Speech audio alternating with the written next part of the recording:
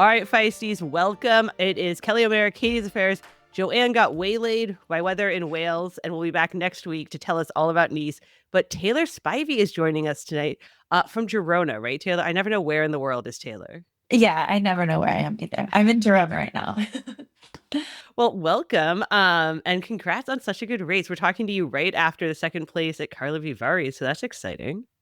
Yeah, thank you. And so we are definitely going to talk Karlovy Vary today. But I was just saying we were going to start with the men, the Nice.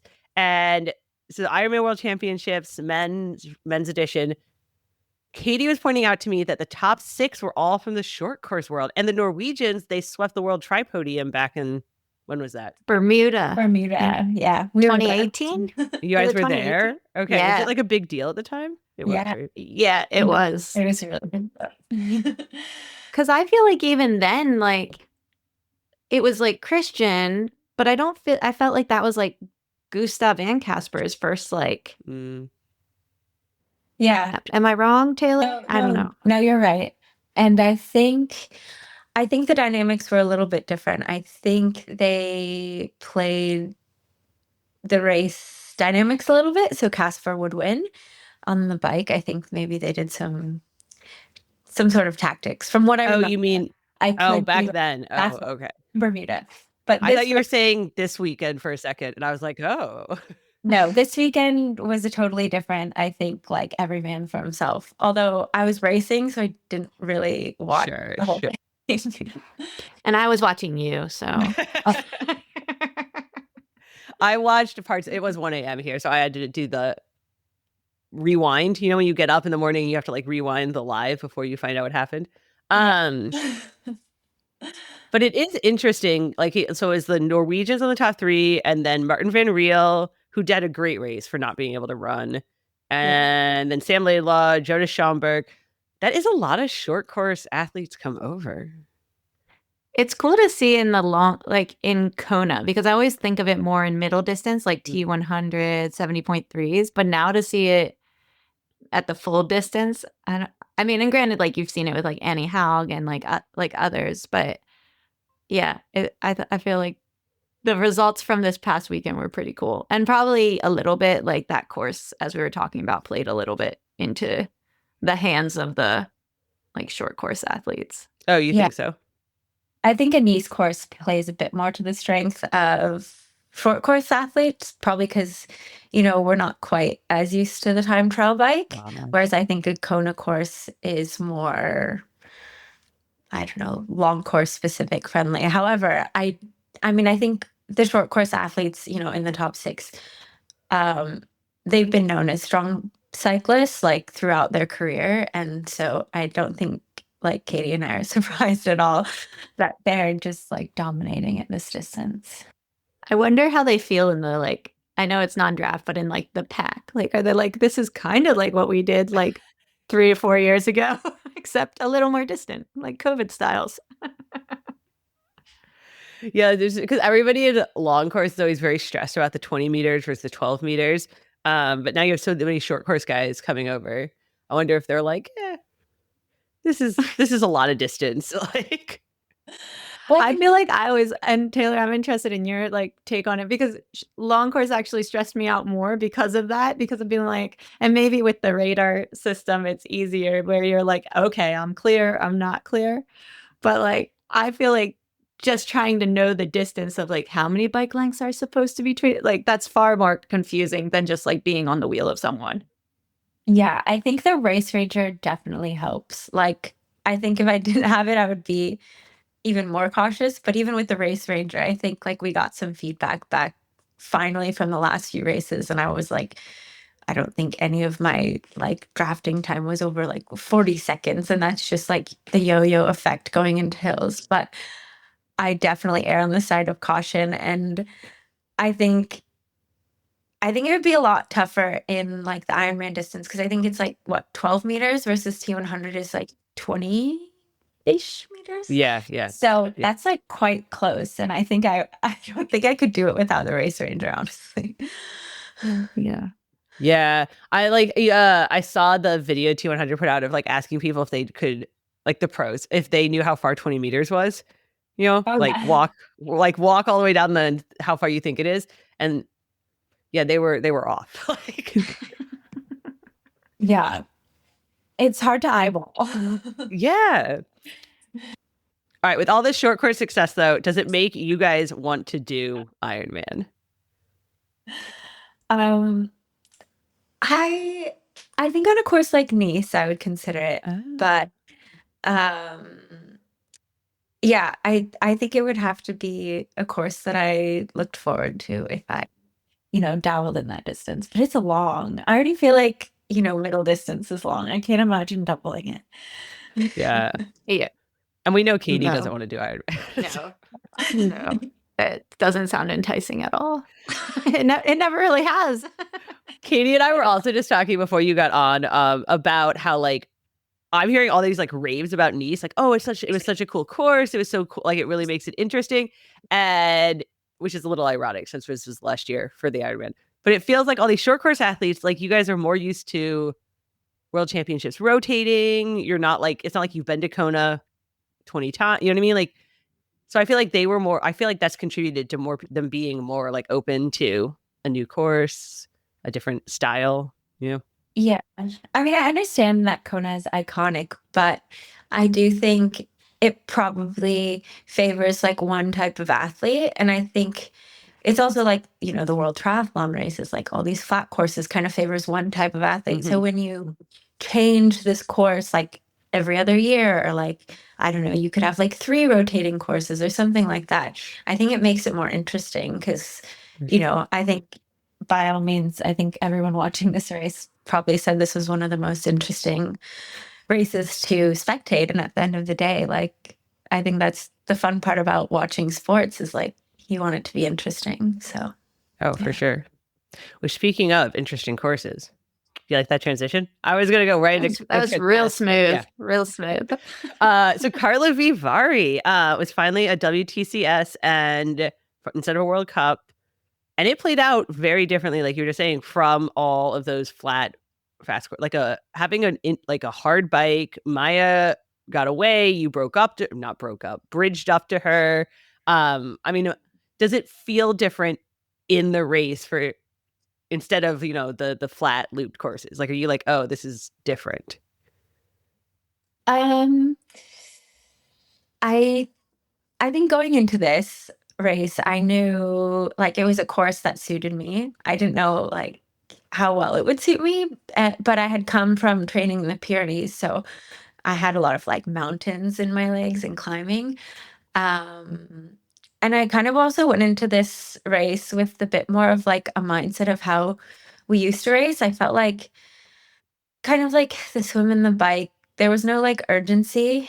And yeah, just before the race, as I was like doing my little race braids, I actually watched Katie's race from, I think it was 2020 when you guys raced there after Hamburg. It was like a week after. I think.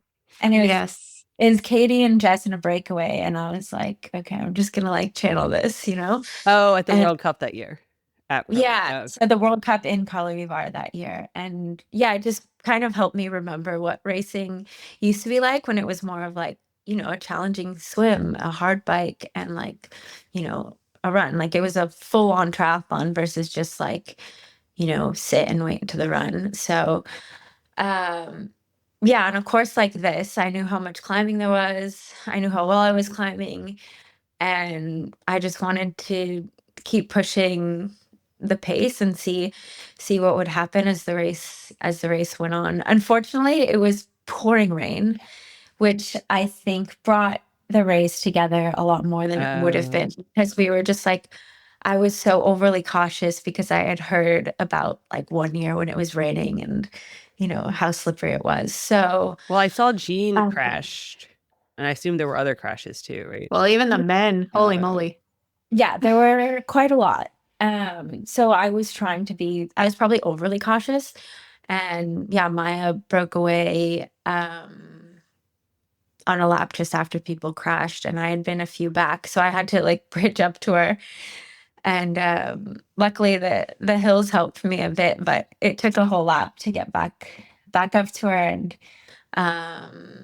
yeah. When did you make that so Maya goes off the front. You weren't able to like respond right away. Yeah, So what I were was you like a thinking? few people back. I was like maybe like 8 people back. Like I was quite like I had to bridge up and like pass people after some technical bits. So it took me a while. And she was riding so much better technically. Mm, I mean, as you know, a Dutchie from rainy weather, she's used to these conditions. And as we all know, she's been right. racing professionally on EF. So yeah, she was just super smooth through all the corners and like I don't think she did anything crazy. She was just like riding so well. And I tried to bridge that gap and I think at one point Liv and a few girls were on my wheel and like I could tell at one point they couldn't pull through and I was like, oh no, I have to do this by myself, okay.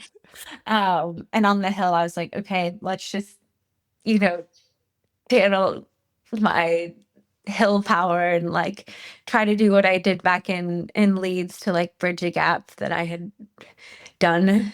I think it was like 2017 to get to Katie. When you Uh, guys, like both of you, when you're bridging gaps like that, like what are you thinking? Because I feel like it's very hard, right? You're like, it's very, very hard to tell yourself, like, go all in, catch that person. What do you ever think like, oh, I'm not gonna be able to make it? I can't do it.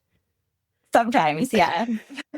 I feel like not in the beginning. In the beginning, you're like, I got this. And then like partway through, you're like, Was this a good idea? Did I just burn all my matches or am I going to catch? So yeah, luckily, like maybe Maya saw me coming and she probably let up a bit. But at the end, I just tried my best to work with her and luckily we got like quite a big gap just within like 2 laps on the other girls. But it wasn't enough to hold off Beth on the Right. last lap, unfortunately. but you ran like so strong and had one of like the third fastest run of the day. And I think a lot of people, or maybe this is incorrect, but we see you as like a swim cyclist and not always like the fastest runner. But that was like such an impressive run and such an assertive run coming out straight out of transition. You took control of it. You looked strong, powerful, and like, I don't know, it was really cool to watch. So did that feel different to you or not not really? Yeah, I think it definitely was a different feeling. I think I'm used to coming out with a bunch of people who are faster than me and like I'm used to running scared also if we're in a breakaway and I'm getting caught. So this was like a new experience. Well, I mean, I was running scared from Beth, but I also was like, okay, let's do whatever we can to, maybe get my first win. But yeah, I think on all fronts, it was a different mindset that I went into this race with. And I think one thing I reflected on was like, I remember one year, Katie and I were on a relay in Abu Dhabi, and she's like, you can run well off a hard bike, so just go for it. And this was the year I like broke away. Uh, and I just went off the front on our relay and I tried to channel that a bit too. So these things stick with me, Katie. It's fun hearing you reflect on like all the different races because I did that too, like throughout the career. It's like you just stack up all these experiences that then you kind of like draw on. And I think it's very fun to listen to your Karlovy Vary recap of like all these different aspects that played into this race. I was interested, like when you said your mindset was different going into this race, how so? I think just watching like your race before actually helped me just remember how we used to race a bit more aggressively. And I think it's been a bit passive the last few years, I guess the last year or so. But it also helps that I came out of the front and I could have made that dynamic change just like, Jess would back in the day. So, yeah, as the race went on, I like felt pretty good. So I was just like, okay, let's keep going. Let's keep fueling. And I think these girls are suffering, but we'll see because I know I run well off of a hard bike and maybe some of them won't. So You just tell yourself they won't. Yeah. Yeah, I hope. Yeah, Nan and Katie, we were talking last week about how like it seems like it goes in waves. Like there was the years where you would have like a lot of attacking on the bike, and it would be more like Flora years, right? And then you kind of like or Jess, right? Like she changed the dynamic, Learmonth, and then it kind of goes in, and then we get back to like a couple years of like more of a runner's race. And maybe, do you think maybe it's changing again? That would be nice. I hope it's changing. I mean, I guess in Frugis, I definitely saw a lot of initiative from Jess Fulgar, which I was really impressed by. Yeah, and she really made a big impact on that race. And I think, yeah, without like a few people pulling the chase group, I think that breakaway would have stuck just because of, her initiative. And hopefully this continues. But yeah, I think it will take a bit of time, and some people swimming hard from the front and, wanting to push the bike. I know, in Alghero, I think the girls did a really good job, like Liv and Maya and yeah, everyone who is in that way. So which that was sorry, what WTCSs are left before Wollongong? So we have Weihai in a week and a half, and then Wollongong. But Weihai is not the old Weihai, unfortunately. It does not have the massive hill. So it might just be a way to run race, unfortunately. But we'll see. It only takes a few people. There aren't very many people in this race, so that's also yeah. Do you guys start? Is this the one people are skipping? Oh, people are skipping Weihai. Yeah, which makes sense. I think a lot of people are doing super try, and I think taking the hill out has actually made it less appealing to people, because I think a lot of people who consider themselves more of like a cyclist style triathlete or climbers, I think they would have probably gone to this race had the hill still been there. Yeah, a lot of people liked it. Like I haven't ever raced that course, but there was like a lot of good feedback from people on the previous course. Yeah, I think it's just nice to like have a variety of courses. And I'm not saying that like every course needs to have a hill, but I think just changing, the types of courses, instead of them having them just be like these like flat crits with a bunch of 180s that end up, making every race the same, is kind of not exciting.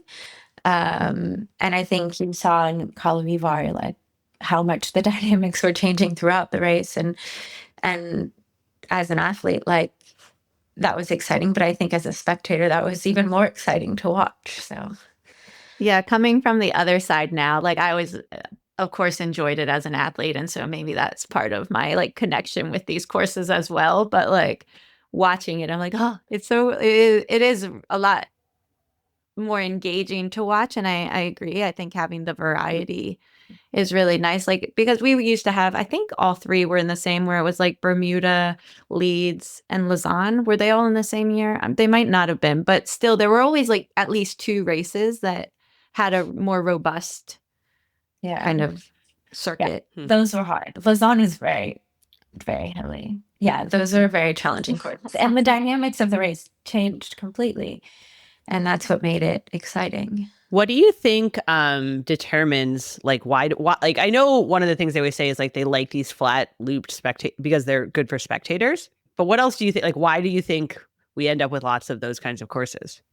What is the reason here?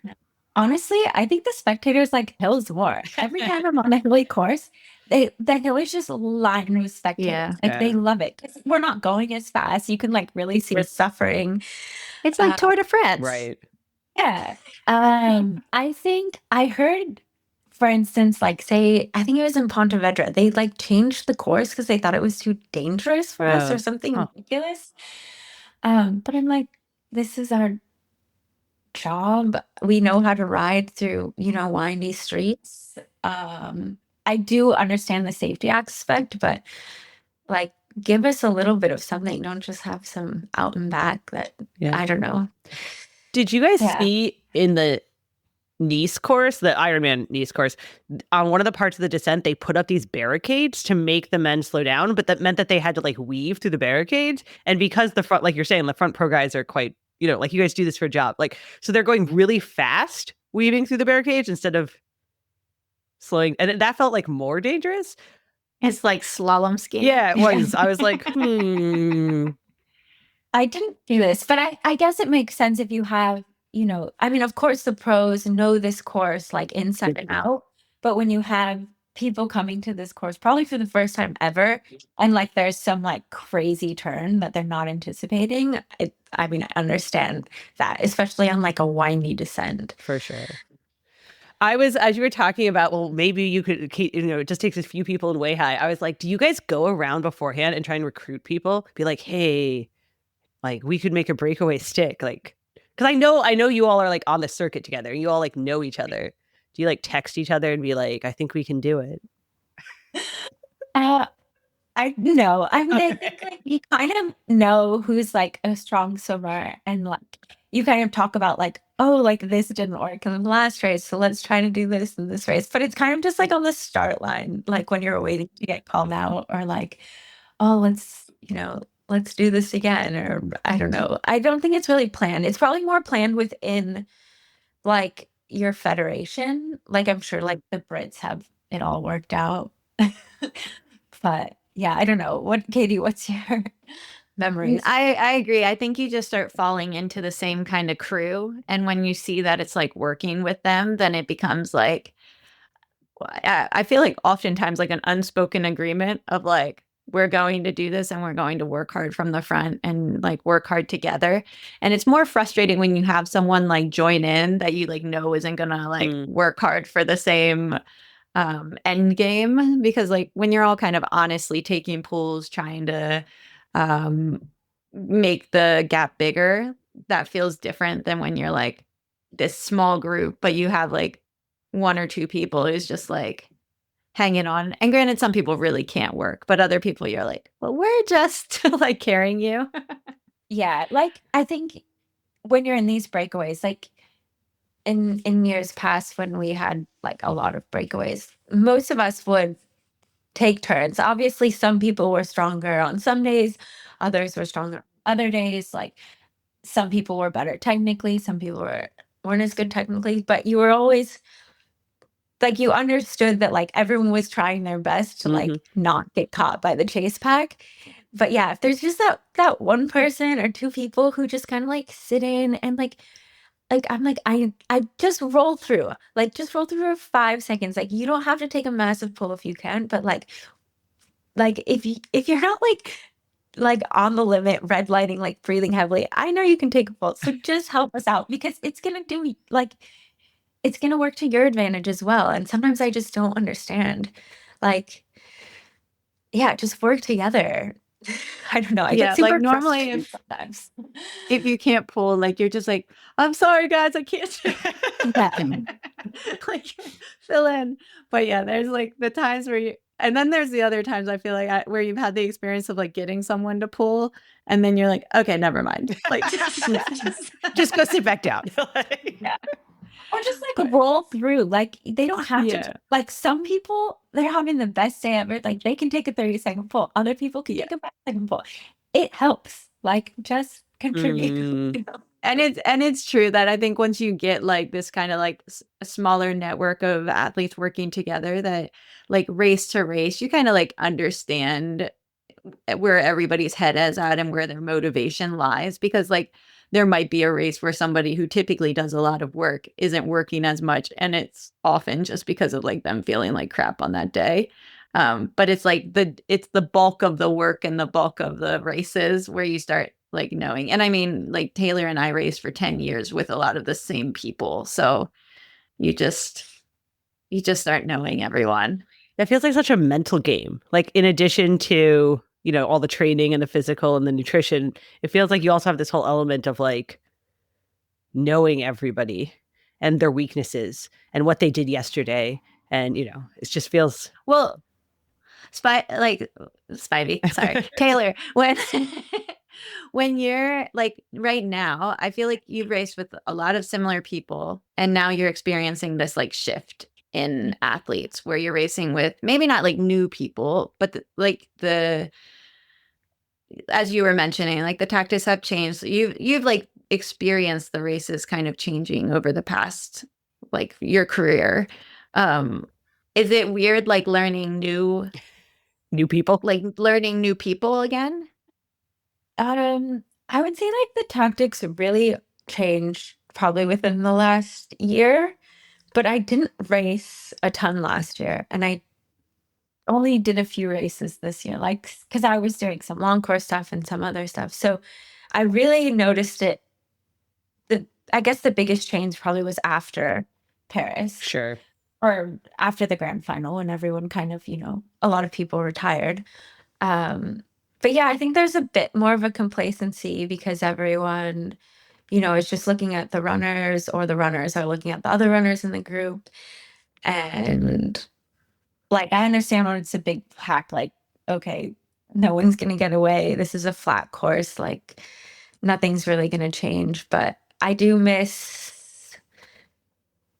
miss racing from the front and trying to make things happen and having like, people in a breakaway that do want to keep getting away and keep working together. Like I felt like I always trusted like Katie, Jess, Flora, Maya, Sophie, Georgia. like whenever we were in a breakaway, like everyone was there to work together.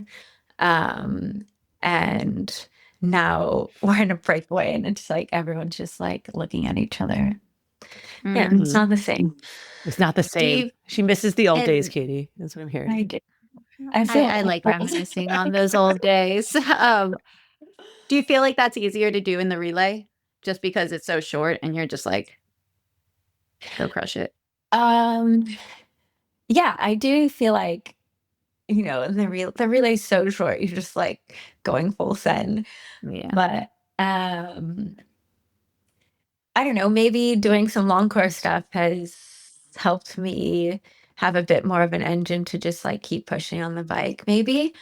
I don't know. I did think of that when I was watching you in Karlovy Vary. I was like, oh, she's done a lot, like all the long course stuff and just being like, on your own. Like, did you feel that translate then? Well, I wouldn't or more just the hills, the Pyrenees. The Pyrenees definitely suit my strength. But I did notice, like on the flats, I was like, wow, no one can pull through. This is weird. Like I'm small. But I do think it did translate like long term. I wouldn't say I've been doing any like long course specific stuff since Vancouver, because my TT bike broke. But I've been doing like different training this year, and in the like since Paris, I have been doing more like longer efforts with, and the training has been different. So I think maybe my body finally has like absorbed it a little bit. Well, I feel like it challenges not what everyone, but like the older approach where it's like, okay, you do short course, then you do like halves, then you do full Ironman, because seeing you do well and like across the board is like very cool. And it also shows that you don't have to necessarily specialize in a certain way and it can transfer both directions. Yeah. Yeah. I think also like one thing I wanted to work on this year was my running, because it has become a run race. And I just know that I am still progressing as an athlete, and I'm doing my best to kind of like mold myself to the race dynamic changes. But yeah, I guess what also is cool to see is like I'm kind of like the oldest person on the start list, which is crazy. Because you're like what? You're like 32? No, 34. 34. Oh, there you go. But yeah, I'm still improving as an athlete, and I think that's really cool. I mean, mind you, I've probably done triathlon less than most of the people I'm racing, like for a short amount of time. Like Katie and I got into this sport in our early 20s. But it's cool that, I can still progress and work on things and try to focus on different areas of weakness as I try to adapt to how the race dynamics change. I chat GPT'd for you because I wanted to see what like your run from when you first started was to like now what you're running. And you can correct chat GPT because it's not foolproof here. But it said that like when you first started, you were running like 1835 Ks. And now you're running like in like 1630s. Like, does that sound pretty accurate? Yeah, Or- I think so. It's been like definitely an evolution because, like we said before, the races were more swim bike focused and now they're more run focused. But also, I didn't come from running like, Katie did. So it's taken me a lot of years, stacked on, top of each other to, I think, get to the point where I can sustain a high volume, which then translates to, faster running. But it's taken, a long time.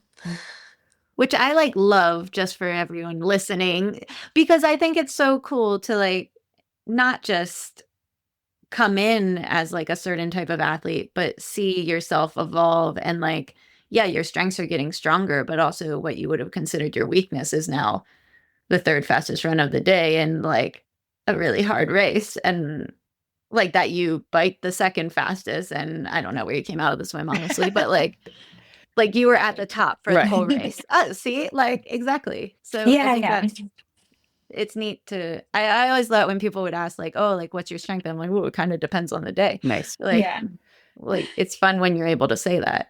For sure. Yeah. I agree. And it's just cool, like as a triathlete, you can work on different disciplines and like one year focus on one thing and another year focus on something else. And I think that's the beauty of having 3 sports to work with. Do you think Karlovy Vary was one of your best races? Yeah, I think so. I think it was the first time I affected the dynamic of the race on my own. Whereas before, I think it was a lot more, I mean, mind you, Maya also, I think, played a huge role in the race. But I think, it was the first time I felt like I really did this mostly on my own.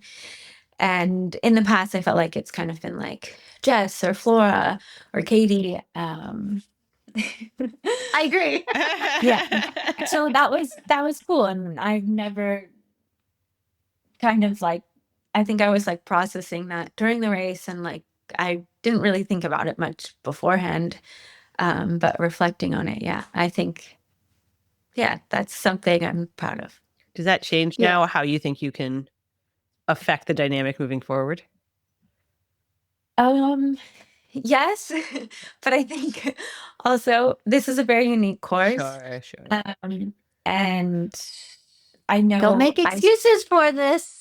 Just own it. I really want to affect the dynamic in a more like favorable way, obviously, and positive way. I do, looking back on this race, I do like obviously always see areas of improvement.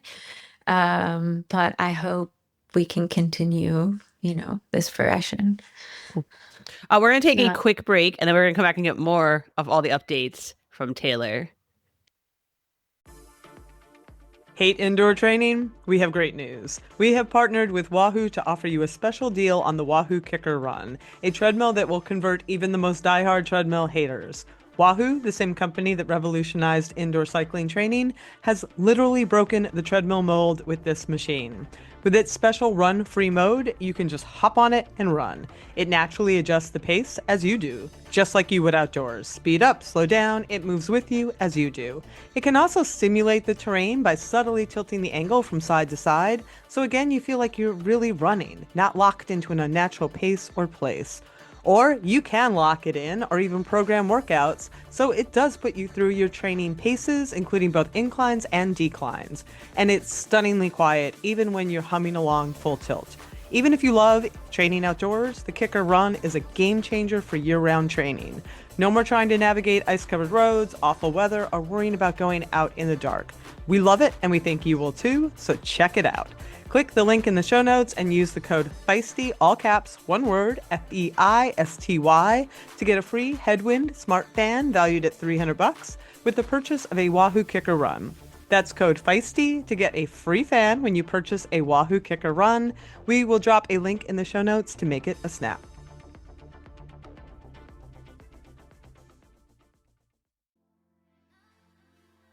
Here at Feisty, we're excited to be teaming up with Xterra to help get more women onto the trails and into off-road triathlon.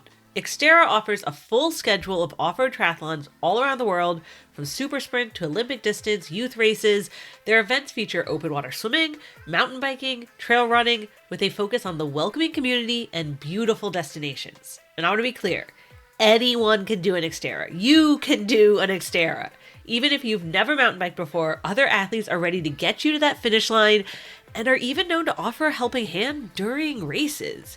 In fact, we'll be doing a series of Feisty podcasts and videos with some tips and ways to get started. Stay tuned. You'll also recognize some of the most iconic names in triathlon who got their start in Xterra. Flora Duffy, Mel McQuaid, Leslie Patterson, and next year the World Championship race will return to the US with a new home in New Mexico. And most importantly, Xterra offers equal prize money, recognition, and spots to that World Championship. So if you're looking for a new adventure, hit the dirt and find a race to try at xterraplanet.com. That's XTERRA planet.com. All right, Taylor, before we get into what is Taylor, where in the world is Taylor right now, when you were talking about the mixed relay in Paris, I was like, oh yeah, that was the moment of the Olympics for a lot of people, the whole sprint finish. What did it feel like being out there, winning that silver medal?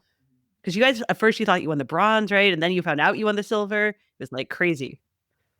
Yeah, I think that was really special because, like, going into this race, I think all the athletes on our team specifically, we underperformed and we were kind of down and we just needed like a mental reset. And we were really supportive of each other. We watched Miracle on Ice because Morgan wanted to like right, instill some sort of inspiration.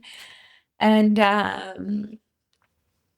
yeah, I think it was like a very big team effort, which is fun to do in such a like solitary sport. And yeah, each one of us executed like a very good leg of our race. And like when Nib was going into her final leg, I know she talks about how I was like a nervous wreck of a mother.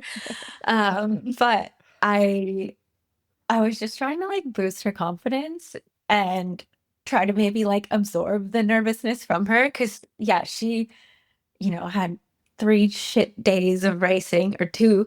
And I was just like, I just want this one to be good for her. And I know how strong she is. Like we all know how strong she is. So I was just trying to like manifest that into her. But if she thinks I was a stressful mother, that's fine. But yeah, going into that last leg, I was just trying to hype her up and I knew what she was capable of. And yeah, that was so exciting when it came down to like the 3 of them running. When they crossed the finish line, like the boys were like, I'm pretty sure Nib got second. And then they like announced that we were third and we like kind of accepted it. And then we looked at the flags and we were on the second, like the American flag was on the second pole. And I like was really confused. So I like asked World Triathlon, I was like, are we third or are we second? Like across this huge blue carpet, And they're like, no, you were second. I was like, oh my God, guys, we were second, not third. And they're like, no way. So they're like, we were right. We knew Neil got third. So that was really exciting.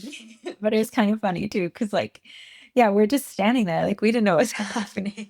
It all happened so quickly. Yeah. That's interesting. Yeah, you would think there'd be like a official announcement. Yeah. I mean, it was so close, and I think they were just replaying the photo finish, and it was all on live broadcast. So, Yeah, but that was a really special moment, and I think it was more special to share with other people. For sure. And then, I feel like it was all over. I mean, back here, well, I guess I wasn't even here. I was in Paris, you guys. But I feel like it was on the Today Show. It was like everywhere. So people were very excited. Yeah. Which is always nice when triathlon gets, mainstream publicity. Yeah, aside from like Seth talking about how he microdosed E. coli by not washing his hands. That was taken totally out of context, by the way. But yeah. Something Glad you trumped that with the second. Yeah. The silver medal. Silver medal is a bit better. After, it seems like this year, kind of coming out of the Olympics, you've decided to try a bunch of different things. Is that because I feel like you're doing T100, Super Tri, WTCS. Are you doing anything else? Am I like missing? Are you also like pulling like a Georgia and gravel racing or something random?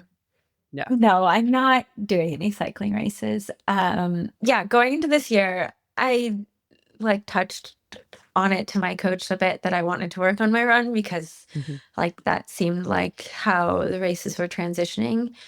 I did some big run blocks, and I think the training in general just changed a bit. I think he was trying to, like, I did a lot of like more longer sustained efforts that weren't like full gas throughout the last few months. But in terms of like the racing, I wanted to do 3 series, and then they changed the schedule, and it kind of just didn't work in my plan. And I kind of have been dealing with a bit of an injury, so I've had to cut out a bit of Super Tri, unfortunately, just because I had to cut something out. I think I'm more focused on World Triathlon and T100 this year. But yeah, I'll be back at Super Tri eventually. But it's been really cool to see how I can adapt and, compete at different distances. And I know I have a lot more to learn along course. I need to ride my TT bike way more. So say, do you have it fixed? Is it still broken? Yeah, I just got it fixed. It took a while because it was hard. I didn't know it was broken, and then it took a while to get the part. But yeah, it's fixed now. So I will go back to my long course era after Wollongong, but we'll call this like my short course break in the middle of the season. And I'd like some redemption, as I don't think I quite have performed as well as I would like to in T100, but I just think this will take time. Like, I'm not the type of athlete who just like shows up and like does well. Like, I have to work pretty hard at things. So everything, in life, if you want to be good at it, it takes time. So I need to work on my time trial position. How many of the long course races have you done? Like 4 or 5? Yeah, I did 3 last year, and then I've done 3 this year. But like 2 of them I was pretty sick. Well, they were like back to back. So I wish I had the time and like my body was healthy enough for me to do one more T100 to replace the score, but I'm just gonna try to be smart and like just. So you're gonna do the grand final then? I'll do Dubai and then the grand final in Qatar. Yeah. So some hot races, hopefully. Or maybe not. Have you done any long course, Katie? Yes, we'd established this. You did like one. Like one. Okay. You did the, what was it called again? I forgot. No. Wait, it was like you raced for the Katie. Americas in Europe. The Collins Cup. Oh, that one, yes. I just kept thinking C word. Collins Cup in the other era of the PTO, right? Yes. But you did it on your road bike, no? I did. You did. Yeah. No. I actually did the TT bike. I just hadn't ridden it very much. Did someone give you a TT bike just for that? Yeah, we got a specialized bike for that. Yep. It has been not used very much by me. Tommy's used it quite a bit though. I was about to ask you guys, what is the hardest part coming over? I know everyone talks about like spending time in the TT position. But I also like what you guys, I mean, it's not like you guys all do enough volume. Like, it's not like the volume is different. So what is the hardest part coming over from short course racing to non-drafting long course? Yeah, what did you find the most challenging when you raced Collins Cup, Katie? I'm curious.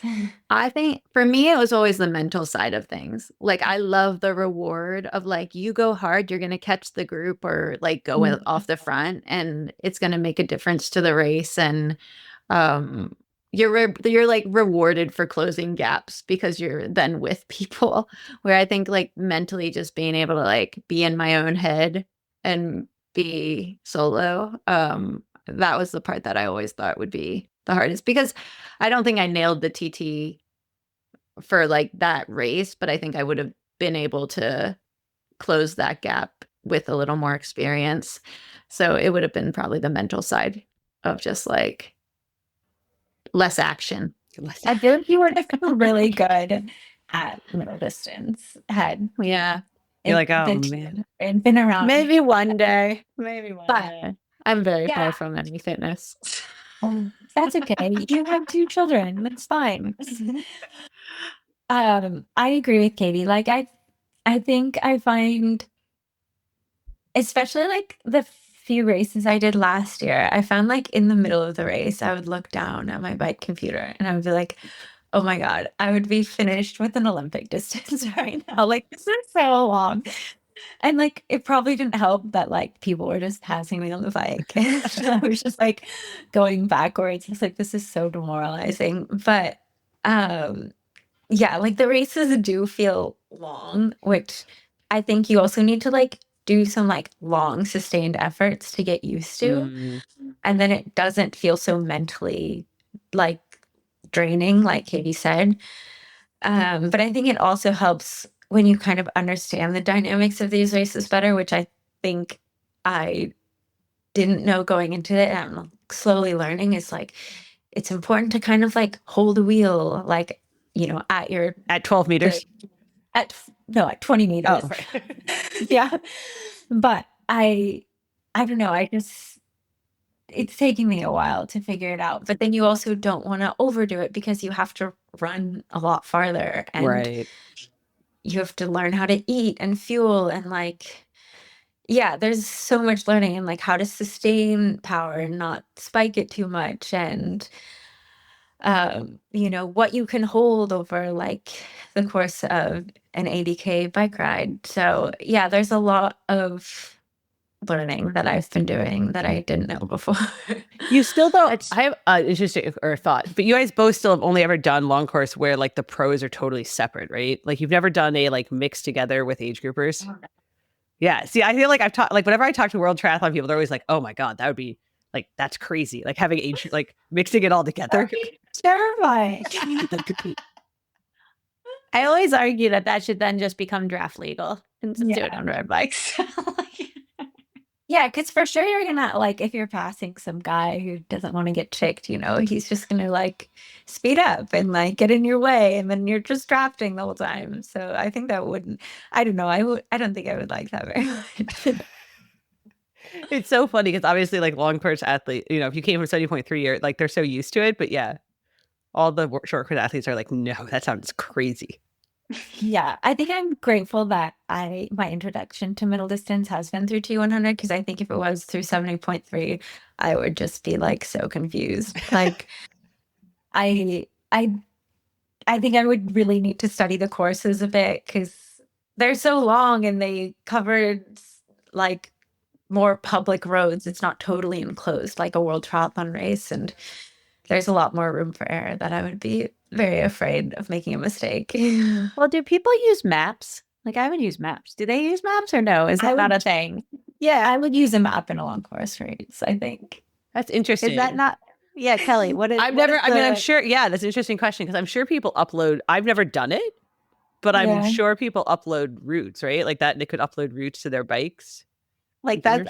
that's the only way I feel like I could do one that was just like, hey, go out for Yeah. a long Unless time. it was a course you are familiar with. But like right. the first time you're doing a course, like even in Karlovy Vary, I was like, what is this?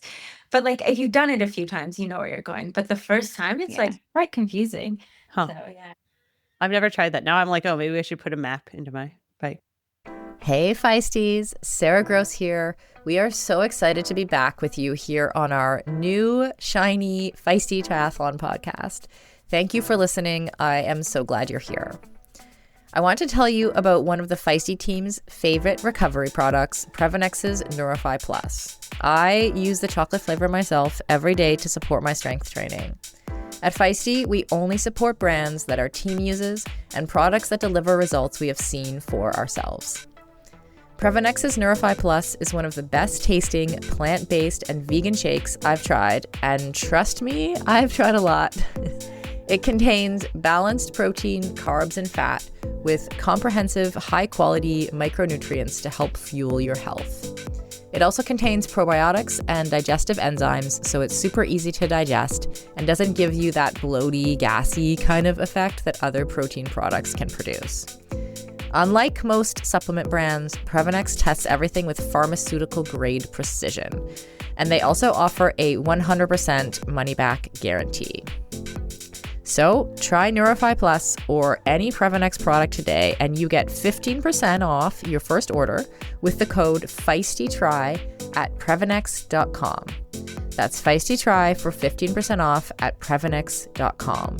The link will be, as always, in the show notes. Regular listeners of Feisty podcasts will not be surprised to learn that for decades, running shoes have been researched, tested, and designed for men. Brands have relied on the shrink it and pink it approach to sell male shoes to female customers. But women's feet differ from men's in numerous ways.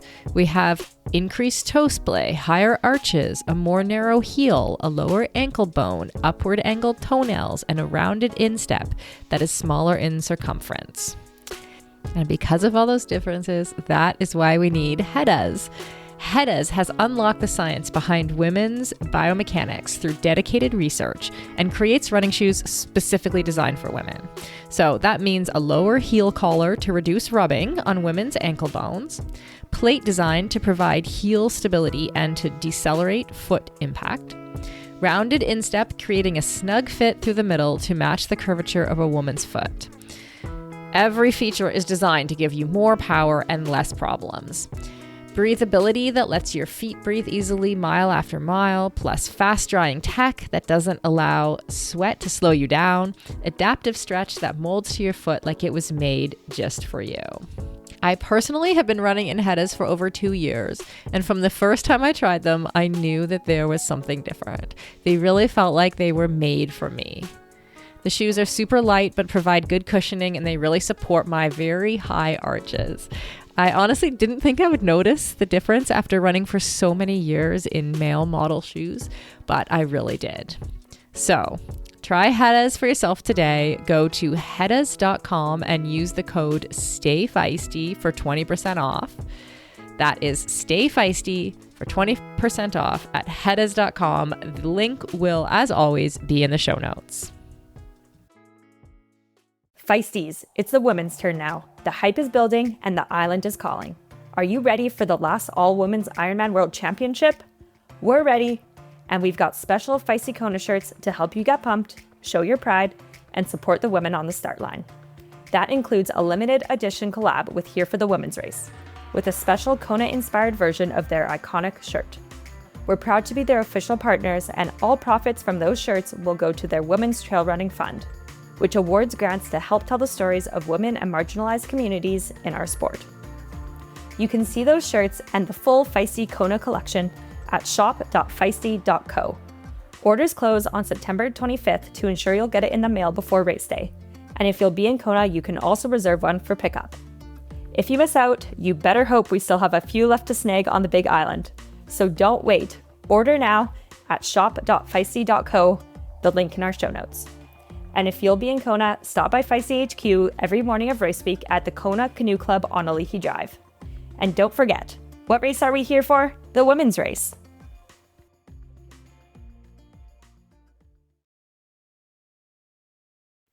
All right, before we finish up, Taylor, because Katie has to go, I want like the Taylor update. Like, where's Taylor living these days? Are you still with the same training squad?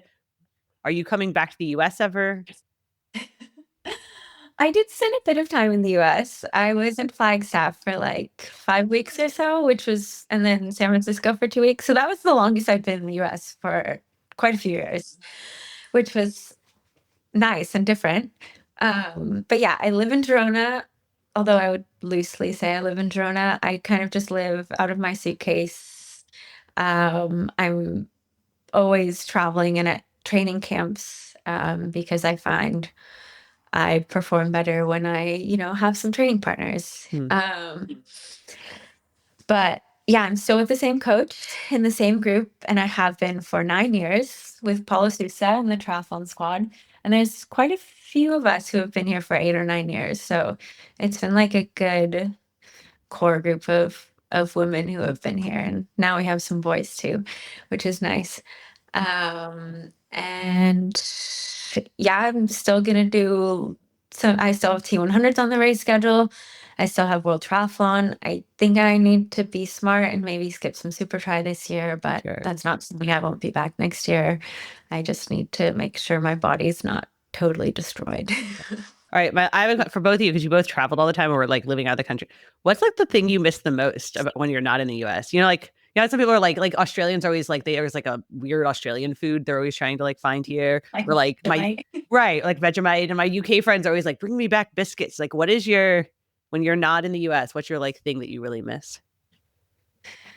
Well, for me, I miss being able to get like packages very easily.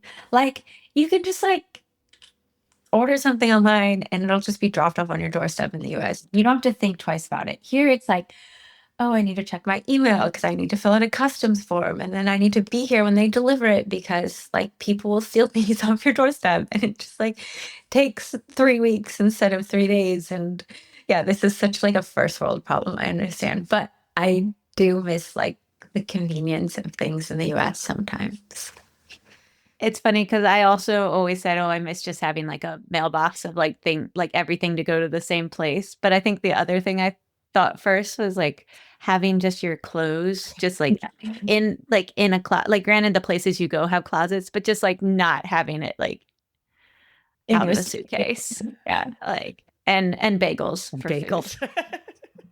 Yeah, like you get really sick of your things in your suitcase after a while. Yeah, I mean, I knew obviously I probably like clothes a bit more than like your average triathlete, but I find that like once I've done a trip, I just like I put those things away and I'm like, okay, I'm wearing everything that I have not packed for the last like 2 months at camp because I am sick of wearing the same 5 things. Can choose them. Yeah. Well, yeah, you can just Amazon order then.